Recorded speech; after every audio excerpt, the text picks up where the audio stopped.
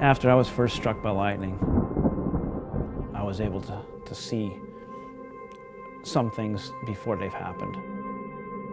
My wife kind of likes it because we'll be watching TV or something and she'll ask me, what's going to happen? And I told her, just watch. At the annual conference for lightning strike and electrical shock survivors, Gary isn't the only one who's experienced otherworldly phenomena. Every time that it's a storm or something like that, my body can feel it. After the first strike, I could feel storms coming for 150, 200 miles away. I feel the pressure forming around my heart. The closer the storm got, the tighter my muscles would get. Some people have said that after they were hit by lightning that they develop powers like psychic abilities. I can't confirm any of that. I know several people that can walk by a computer and it will shut down.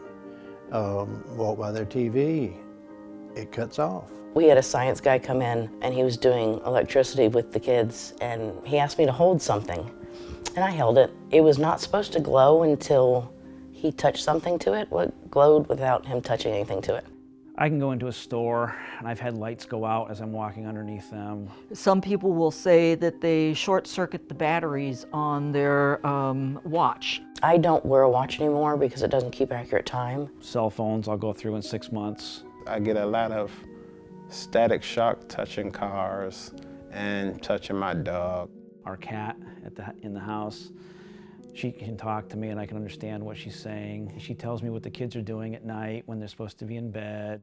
I would not recommend going out into a thunderstorm to get hit by lightning so you can get superpowers. Each of these survivors was struck in different environments. For advice on how to protect yourself from strikes in the future, click here. And click here to go back in time to hear what folks like Johnny and Shauna were doing when they got struck.